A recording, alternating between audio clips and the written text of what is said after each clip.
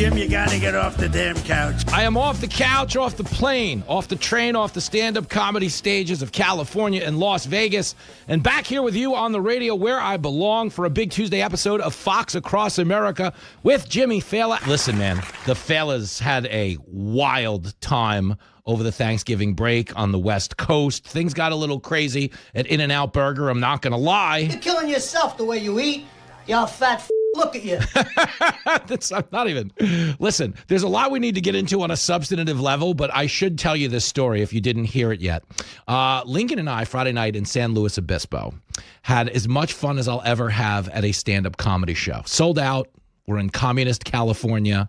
I put my 17-year-old kid on stage, to open the show. He tells a bunch of dirty jokes, brings me up. We're riding high. We have a phenomenal time. We go to In-N-Out Burger and eat 12 cheeseburgers a piece. What the hell did you just say? I'm not making it up. Lincoln eats something at In-N-Out called a 4x4. It's 4 cheeseburgers on top of lettuce. We don't eat the bun. I'm not an animal, okay?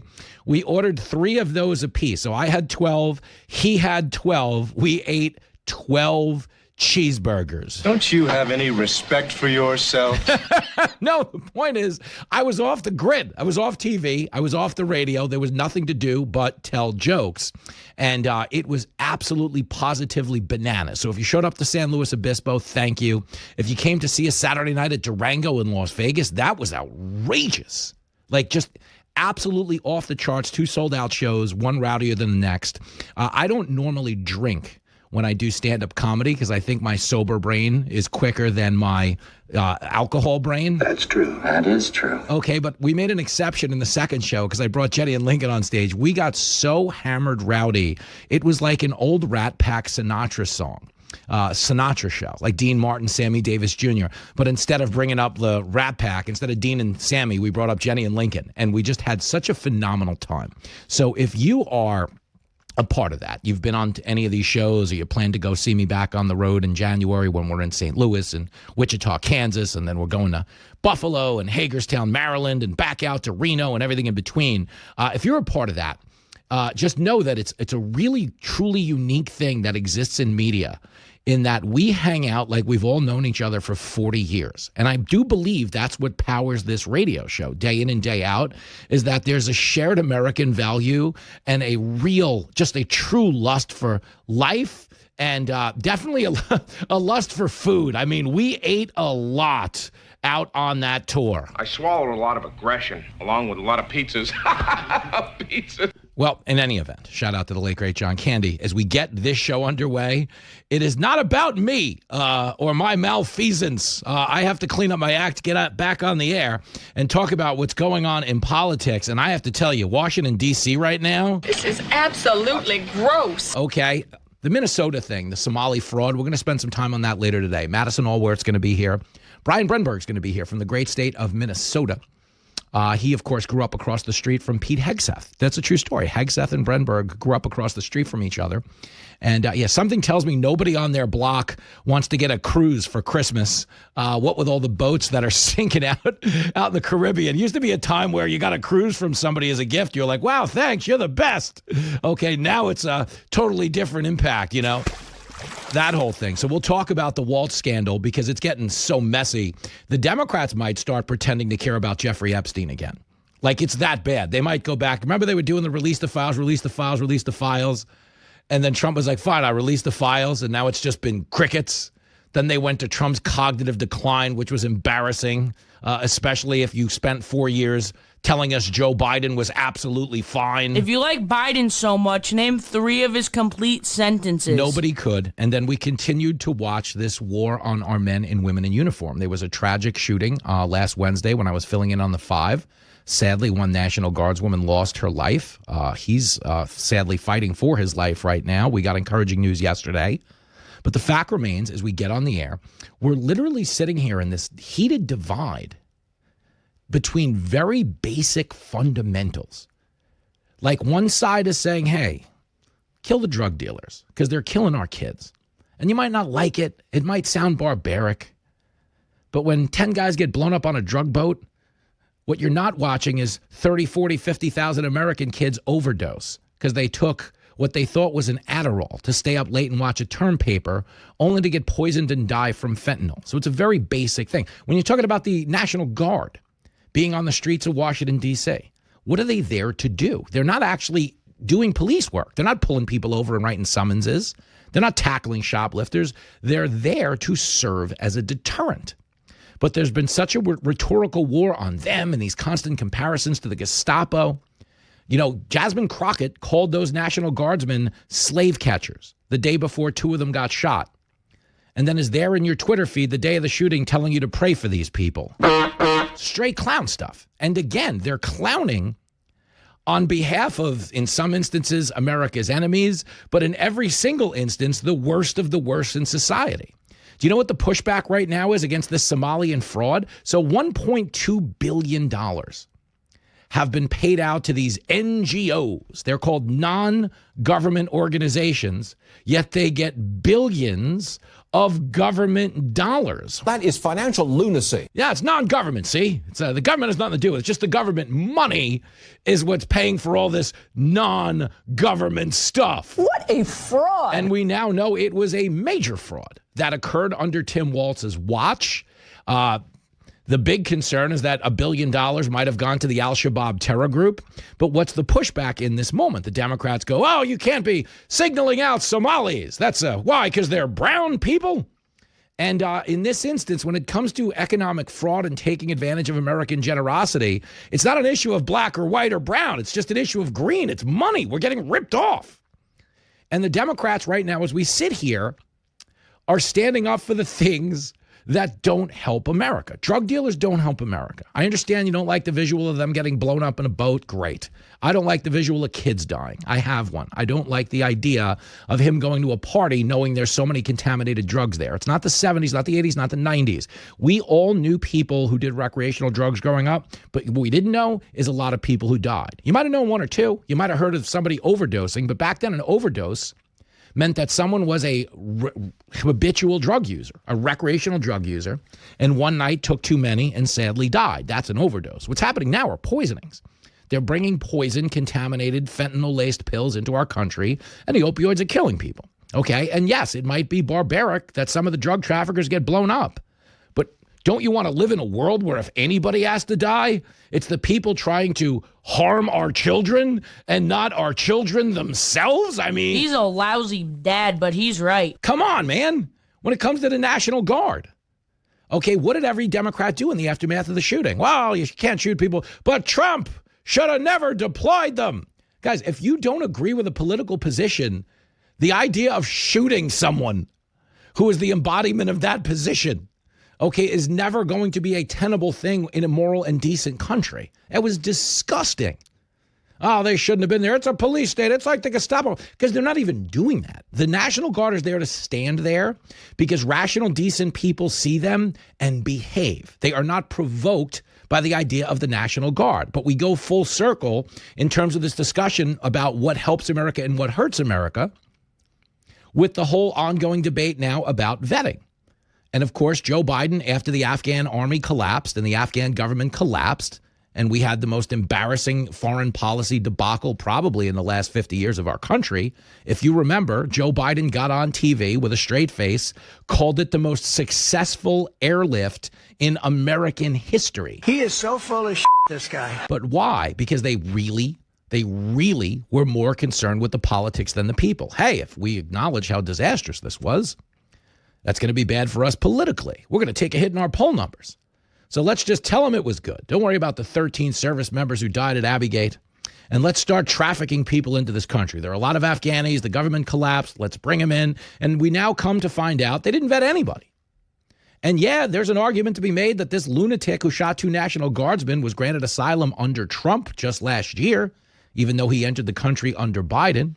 But the fact remains, whether the Trump side of this vetted him right or not, he's here because of Biden. Millions of people are here because of Joe Biden. And open borders is never going to be a pro-American position, no matter how much they try to dress it up with, well, we were built on immigration and diversity is our strength, blah, blah, blah. Okay, the immigration we were built on was legal. It was not call these people refugees who don't share our values, fly them in cargo jets and turn them loose in the streets under the guise of tolerance and empathy. It was not what we now know to be true about Biden. They were so concerned with people crossing the border illegally because it had become a political liability that they were outright encouraging people to apply for temporary asylum. Hey, if you apply for temporary asylum, then you don't have to come here by foot. You can use your phone. You can take the CBP app on your phone. You can apply for asylum. We will give you a free plane ticket into the country. You'll get a Social Security card so you can go to work. And dig this, you'll even get to vote in a lot of American cities. That's not right. Of course it's not right. When you talk about them being the party of democracy and protecting democracy. Democrats are so full of crap. Totally. But that's the divide right now as we get on the air. There's a lot of controversy surrounding Trump and Hegseth and the boats. They're having an open-air cabinet meeting all day long today. I get it. There's a lot of concern about the economy. Yeah, the prices are still high. They are. Okay, and the reality is the prices got that high under Joe Biden, if we're going to be clear. Come on, man. But they did. But understand, Trump's still in power now, and they've got to focus heavily on bringing down those prices because at the midterms, people aren't going to vote for Trump because Biden jacked up prices. Okay, if Trump's the guy in office, Trump is the guy getting the bill.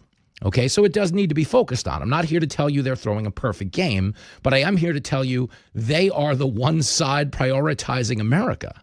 While the other side, every time I turned on a TV during the break, they're explaining why the guy who shot 2 National Guardsmen had it hard and he was dealing with some economic struggles you don't understand and, Shut up! Will you shut up? Seriously, he shot 2 National Guardsmen. Don't you want to live in a world where there's more concern for the troops getting shot than the people shooting them? Okay, don't you want to live in a world where there's more energy put into defending our kids than the rights of the drug trafficker sailing through the Caribbean on a speedboat in the middle of the night loaded with fentanyl? Okay, of course you do. But that's the real issue. That's the real divide. As we go to the polls today in Tennessee, there's a special election. Afton Bain, the woman on tape, saying she hates Nashville's club scene. She hates country music. She can't stand all the bachelorette parties. Congratulations, that's your whole economy. Can you imagine running for mayor of Las Vegas and being like, I hate blackjack and hookers? That's the end of your campaign. Okay, that is 99% of your economy, blackjack and hookers. Don't ask me how I know about the second one.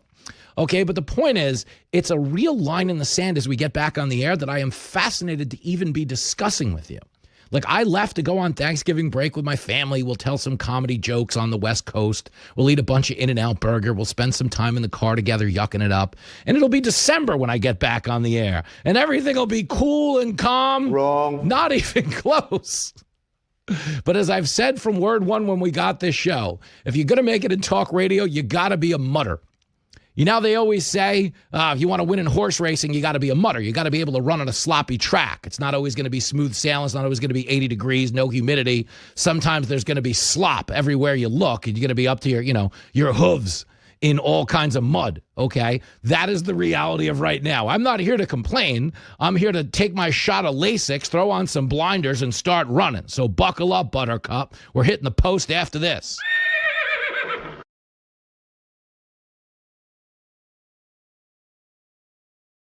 Hard to imagine the sweet girl in that promo is now banned from Dollywood. I'm not sure why. Joining us now to explain her side of the story, I Kid, a Dollywood Christmas streaming on Fox Nation as we speak. The host in studio, Madison Alworth. Hey, girl. Hey, Jimmy. To be clear, not banned from Dollywood. Very much not banned. We'll repeat and go back. It was awesome. I might be banned from Dollywood because if a guy shows up there with sport coats that look like Dolly would wear them, they're probably concerned. Yeah, I think she would see that as a direct threat, honestly. Not for her visitors, for her throne. You know? Two things we need to address before we get into the grown-up stuff. First of all, this is fabulous. We talked about it on Fox News Saturday night, but we're talking about it again today for two reasons. One, it's available. It's the Christmas. Everyone in the world loves Dolly Parton. Okay. Yes. It's 2 years ago at the Dallas Cowboys Thanksgiving game. If you remember, she came out dressed as a Cowboys cheerleader and did a routine at halftime. And she might have been 75. I don't know, 80. I don't know how old she is. Okay. But she's Dolly Parton. She's magical. And it's the funniest thing in the world because the next day, my, at the time, 14-year-old son started wearing cologne. The next day. So I'm pretty sure he saw Dolly. I think Dolly like turned him from like playing Fortnite to like, oh, what are those girl things over there? Yeah. It might have been Dolly. I mean, if you go to Dollywood around Christmas time, you might have a Christmas awakening, and it sounds like your son had an awakening of his own. So that's great. Lincoln wound up on the naughty list because of Dolly Parton. But the point of the theme park, which is amazing, Pigeon Forge, Tennessee. Yes. Is its maximum strength Dolly. It is maximum strength. That is a good way to put it. And there are so few things in this world that we agree on right now that like Dolly Parton is it. Like she is it. You know what I mean? So I love that you got to do this. Was it amazing? It really was. I mean, we have the coolest job. Yeah, you and I do. talk about this. We've had so much fun together in Tennessee, in New York. And when Fox Nation came to me and said, hey, do you want to go to Dollywood and do this Christmas special? I mean, it was absolutely a yes. And then being there was even more special than I could have imagined. The park is transformed. It's something like 6 million Christmas lights. So everywhere you turn, it's like Dolly Parton's blazers, just covered in rhinestones, like kind of like they threw up Christmas lights in the best way possible. So it is just absolutely magical. And then the food, it was good that I was only there for 2 days because I would not be able to fit on this couch if I was there for the entire Christmas season. Madison Alworth here. A Dollywood Christmas is streaming now on Fox Nation. You all love Dolly. Most of you love Madison. It's touch and go. We're with this working on it. It's touch and go with this audience. I kid. You're actually going to be on Fox News Saturday night next week. Yeah. Come on, Mad. That's a big deal. We're getting the band back together. Anytime I get to be on your show, Jim. Oh, you stop it. You're buttering me up. So give me this because we're talking about the holidays. Cyber Monday, spending was up. Do people, I take that as a sign of consumer confidence, or are we just reckless? I hate to say this. I am a very positive person. Yes. I do think, though, it's more recklessness. Really? I think we are. I don't think we're spending out of confidence. I think we're anxiously spending. Okay. We've gotten comfortable with the level of personal debt in this country. Credit card debt? Yes. We're at the highest level ever. And it's only become easier with buy now, pay later. Yeah. I know you're very familiar with that. Hey, girl. Put off your responsibilities for the future. And I think for better or maybe, most likely for worse, we're not confronting the problem. It's very easy to spend if the credit card bill doesn't come due or if you spread it out. But the challenge is you got to pay those bills. Yes. So let me ask you this question. Because the interest rates are higher. Oh, yeah. Wouldn't that, in theory, discourage that type of spending or no? I mean, it's so easy to spend. I know, like, when I'm on my phone at night, and if you see a cute thing on Instagram, I don't know what you're served on Instagram, but I'm constantly served cute outfits. And with a couple clicks, you can purchase something. You don't have to take out any cash. You don't have to do anything. So the 22 to 25% interest rate isn't shown when you're checking out. It's not on your mind. It's a later consequence that comes when the bill comes in the mail, not when you are putting down that plastic or, doing it on your phone, not even taking out the credit card at all. There's a really great point, Matt. What they say about gambling is like the genius is not the guy who invented the casino. It was the guy who invented the chip. Because when you double down, you're handing him a chip. You're not counting out money. You're not like, here's another 100. Here's another tenner. Wow. Or for me, I do like $1. Penny slots only for me. Good for you. We were just in Vegas this weekend, me, Jenny, and Lincoln, because I had gigs at Durango. Brand new. So swanky. Ooh. It was really nice. Wow, Lincoln's living a really good life. Lincoln does all right. Like, considering, like, I drove him to school in a taxi. Like, when he he's first really started come up kindergarten. in the world, yeah. He's doing all, like, the guy is doing all right. And we were in San Luis Obispo Friday. That was gorgeous. Really nice. And then in Vegas Saturday. We drove, for real. This is like, my family lives, there's 3 of us. And it's like barnstorming college roommates when we're on the road. So we left San Luis Obispo at 3:51 a.m. because we wanted to get to Vegas for the 9 a.m. kickoff of the Ohio State game. Jenny's an Ohio State fan. So we drove 422 miles in 5 flat hours, though, because you could do 90 because you're the only idiot on the road. Right. And if you're like a former cab driver, when you're in actual traffic, like you're getting cut off and shot at, like 90 miles an hour in an SUV for 4 hours is amazing. Smooth sailing. Yeah, it was like actually like therapeutic. So it was amazing. It was a nice ride. We had a good time. But we didn't do any of the spending that bolstered this economy. So Black Friday, do you attribute some of the Black Friday sales just the same to pay now, buy now, pay later? Oh, there's definitely a buy now, pay later. But we also, there's this whole, everything is more expensive. The current administration is saying, well, we brought down prices. The problem is if there's 4 to 5 years of rampant inflation, you don't correct prices down to pre-inflation numbers. They're just better year over year. But people seem to be doing okay. It just still feels uncomfortable because it was such a quick increase that we didn't mentally get used to those higher prices. Yeah. But yet we still are spending. So I do think some of it is buy now, pay later. I think some of it is that, not knock on wood, very superstitious, but we're still doing all right with hiring. AI has really disrupted the workforce, but we don't see crazy layoffs. So people have jobs. Maybe they don't have as much money coming in from the job as they'd like. Yeah. They still mostly have jobs, so they're able to spend that money. Okay. And we are a very YOLO kind of experience economy. So people want to spend. Yeah. And unless there's a real reason why they can't, they got to put presents under the tree for the kids, and they're doing that. They're going to throw the fastball. I'm surprised you didn't attribute any of this to a Dollywood Christmas. I am, frankly. Dollywood is not. That is why you need to watch my special, Jimmy, because it's about so much more than just spending. Of course, Dollywood is not free.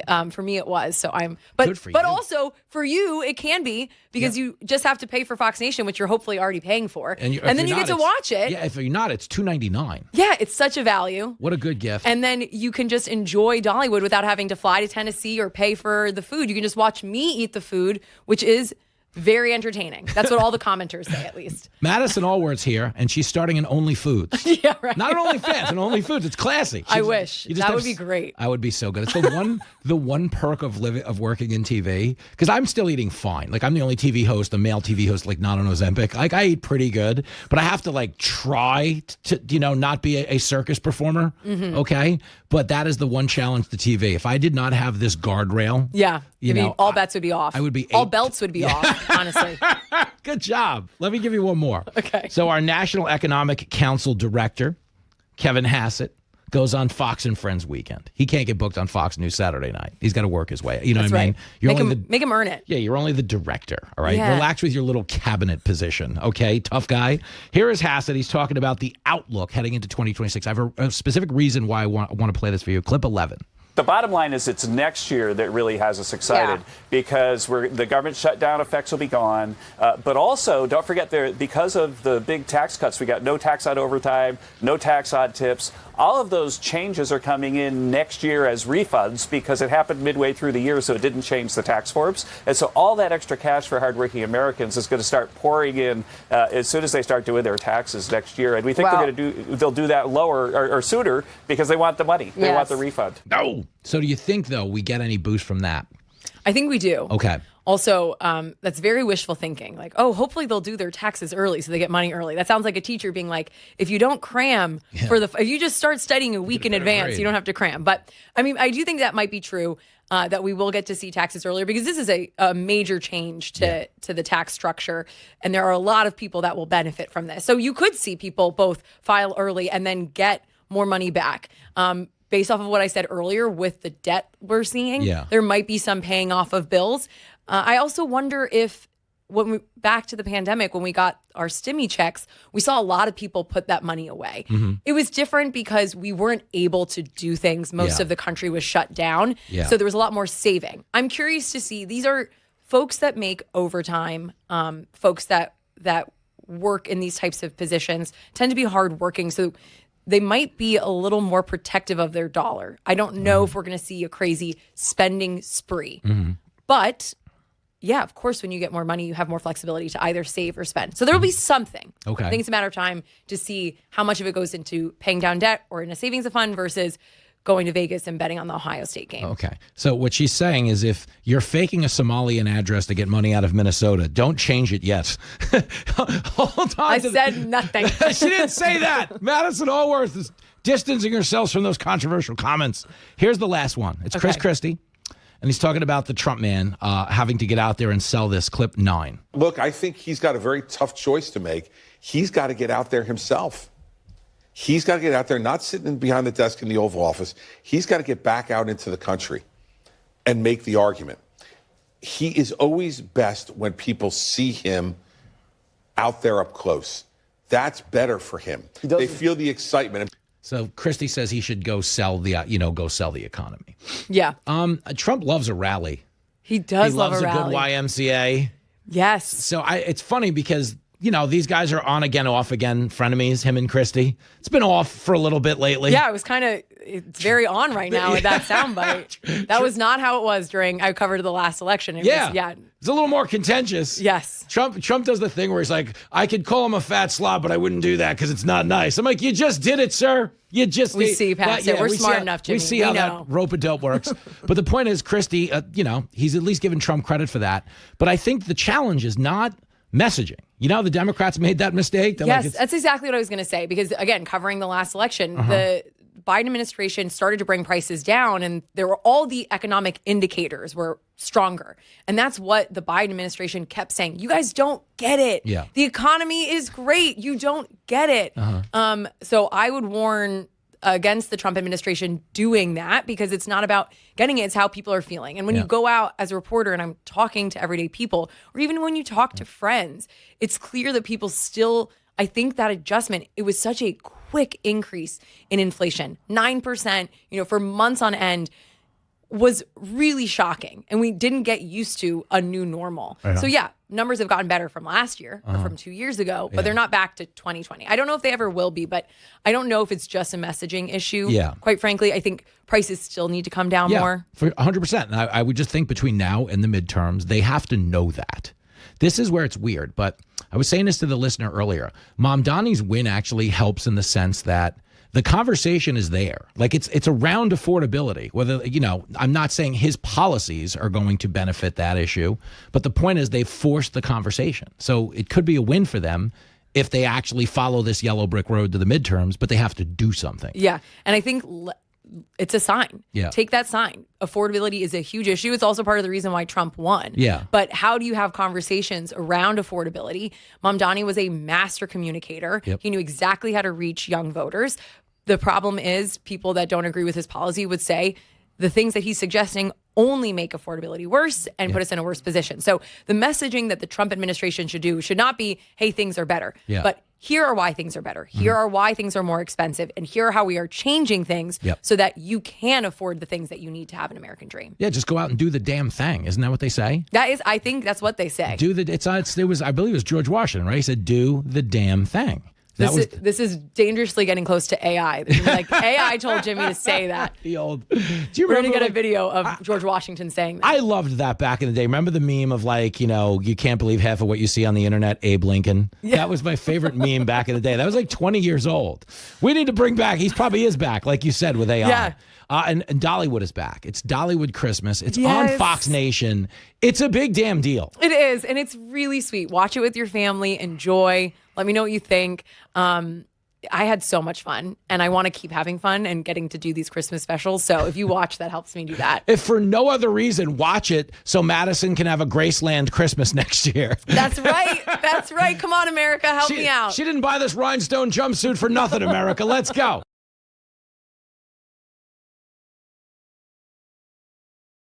We're coming off some record spending on Cyber Monday and, of course, Black Friday. And when you do 2 hours of business television a day, it's all about statistics. And joining us now to break down a stat he is unaware of and, quite frankly, maybe not even qualified to digest on live radio. I'll explain that pun in a second. Brian Brenberg is here. The crowd goes wild. Hey, man. Okay, this is a big deal for me, like surprise stats. I don't Lay know. it on me. I don't know that you're going to be shocked, but when you talk about people doing their part to boost the economy on Black Friday, here's my part. It's Friday night. Me, Lincoln, and Jenny walk into San Luis Obispo after finishing up at the Fremont Theater. Lincoln likes to eat protein style on the road. So one of his favorite things in the world is called a 4x4 at In-N-Out Burger. Oh, heck yeah. A 4x4 is 4 cheeseburgers stacked on top of each other. Oh, my God. With the special sauce and the onions and a little bit of ketchup. Yes. But, of course, you're trying to be healthy, so you don't have the bun. So we eat this on a lettuce bun, okay, at the cash register. This is Friday night. We eat nothing. No fries, no onion rings, to be clear. Yeah. We each order 3 4x4s apiece. So the grand total, and the stoned kid ringing us up goes, I'm sorry, sir, that's 24 cheeseburgers. I go, hey, ring it up. Just ring it up. Okay. I need your commentary, okay? I wasn't here for the math lesson. We weren't doing word problems. We were doing emotional problems. And me and Lincoln sat down, and if I tell you this, because I don't know, some people listening might be that's too much, but when it comes to just pure protein, you could probably eat that, couldn't you? 20 cheeseburgers No, or 12 like each. It's 12 each. Okay. Four on. I'm trying to picture like the block of meat I'm dealing with. Let me see if I have a picture of my phone. And I hope to God I do. I mean, I'm telling you right now, I'm hungry. I would be willing to make a run at it right now. Yeah. But that's a lot of meat. Concerning. That's a lot of meat. I mean, I'm sure you guys are burning a lot of calories out there. I'm sure you're doing a lot of hard workouts, you know. So if you're wondering why my face was sweating on stage during the early show in Vegas on Saturday, it's because Friday I ate 12 cheeseburgers. And probably in like 5 minutes. And there's no exaggeration to this. There wasn't a bite of those 24 cheeseburgers that I did not, 12 cheeseburgers that I did not appreciate. They were great. I love the way you do it. You're so disciplined. You're like, look, I just want 12 pieces of meat with cheese. I want nothing. Don't give me your fries. I know they're great. I don't want them. I don't want your onion rings. Don't give me a shake. Nothing. Okay, I don't want buns. Don't show me bread. Just meat, please. You know what else I don't want? Eye contact. Like if you guys could just, you know the Chicago song, Look Away? If you see me walking by and I don't order fries, look away. And the kid working on the counter is like, does anybody really know what time it is? Does anybody really care? You know, if we're going to go with the Chicago theme Good here. job, man. And the stoner at the register actually did say, because this kid was, you know how Trump likes to say they're not sending their best? Yeah. I don't consider him a varsity employee. And we discussed this because he said he wanted to come by the table and see if this was like really a thing. And I was like, oh, no, this is a thing. And then he came by and he was like really concerned about it. But, you know, I always say this, you're either living or dying in this world. That's right. You know what I'm saying? And 12 cheeseburgers is living. That's okay? living, man. It might be the reason you're dying sooner, okay? But at the time, you were absolutely, positively winning. You're living or you're dying or you're living to die. Thank you. And that may be... No, I love that, man. Like, if you're going to go... I don't understand going to do something that's great and then doing it in a restrained way. No. Why would you restrain when you're going to a place that's made for the enjoyment of no restraint? Nothing. Just do it the way you want to do it. Have it your way. Hey, similar fast food chain. I would argue, though, and I give In-N-Out a lot of credit for this, the thing that makes 12 In-N-Out cheeseburgers sustainable is they're not greasy. So you can put them down and you don't ever feel like you ate fast food. It is great. I mean, I wish there were In-N-Outs around here. Yeah. But I think the challenge is they only locate them when they're within driving distance of their meat processing facilities. So everything you're eating there has never been frozen. That's part of the magic trick. Believe me, we've done the research here. So all I need to know... I love that you know the supply chain up and down. Like, let me tell you something. They got AI on this now. So we've been doing some analysis on... It's good. You care about what you eat, man. You're a real farm to table kind of guy. Hey, you're the big money show. We're the big pants show. You know the Kevin Meaney. We're big pants people. We're big pants people. So that was the verdict, Brenberg. Good for you, man. 12 cheeseburgers in one sitting. Why do you do things like that? You're like a crazy person. I don't know. I thought it worked out. So that being said, I know there were other things to discuss with our economy. Not really. I mean, that is kind of the big story. Friday, Cyber Monday. I saw that spending was up. Madison Alworth, our mutual pal. Yeah. She said part of the issue with spending being up, I want to get your take on this, is there's a lot of buy now, pay later, and things cost more, which drives up the spending totals. But are there silver linings within this related to consumer confidence, I guess is my question. Okay, it's a good question. Yes, buy now, pay later is at, I think the outstanding loan balance is like $20 billion, which is a record high. What? Okay, so, but I mean, you're talking about people spending $1 trillion on holiday shopping. So, you know, $20 billion is, let's put it in perspective. This is the way I kind of read it. So you get all these surveys that are saying people are really down about affordability. And then of course you have like politicians amplifying that, media amplifying that. But then when you get spending like this, you kind of say, well, maybe people are concerned about affordability, but how deep is their concern? Yeah. Like, are they thinking, you know what, I'm concerned, but I actually think the next year is going to be a really good year. I think inflation's going to stay low. I think the economy is going to tick up. Jobs will tick up. Wages are going to grow. I mean, I don't know that they're doing like that big analysis in their head, but if you are spending a lot at Christmas, and you don't feel great about your finances, that can't run too deep, or you would probably cut back. All right, so that's the point I was making earlier. Brian Brenberg's with us in studio. It's that there's two things in play here. Obviously, the economy's never one size fits all. So that affordability message rings genuinely true for some. And my guess is, based on where we are in the economy, that it's not a majority position, if that makes sense. Because you're right to say that if your credit card interest rate is 27.99%, I don't believe we're that dumb. You know what I'm saying? That we're going to go spend $20,000 we don't have at that interest rate, you know? Yeah, I'm with you. I just think there's look, number one, when you do a survey, it always sounds better to be skeptical about things. Like, you feel smarter if you're like, I'll tell you, a lot of things could go wrong here, so let me lay it out for you. But number two, I just think the whole project right now is to try to make it seem like President Trump's not good at the economy. Yeah. And it's like a full throttle effort, it's basically. there. So I do think a lot of people are ingesting that kind of, we got to take this guy down in the economy, but their gut tells them above anything else, it's the thing he cares about most. For sure. And so he just held this like 2-hour, 20-minute cabinet meeting. Yeah. And I think most of the message was supposed to be, we are focused on the economy and your wallet. Amen. And this is the point I was making this. I think Mamdani winning in a roundabout way helps Republicans because it forces them to go in on affordability. Forces them. And they might not have. And for all the consequential things he's doing, and he might win a Nobel Peace Prize, they might even get this thing wrapped up in Ukraine. Yeah. But it's never going to compete with the economy in terms of a domestic priority. It's actually amazing, isn't it? You think about everything going on around the world and everything he's been involved with and just the pace of activity. And yet, despite all of that, at the end of the day, most Americans say, just make sure my wallet is in a better spot than it was last year. Like, that's, I'm not even calling that like craven or anything. It's just, it matters. Like, that's what makes the country tick and makes it worth defending, is being able to provide for your family. Brian Brenberg in studio quoting the movie, I'm going to get you, sucker. My hoe better have my dough.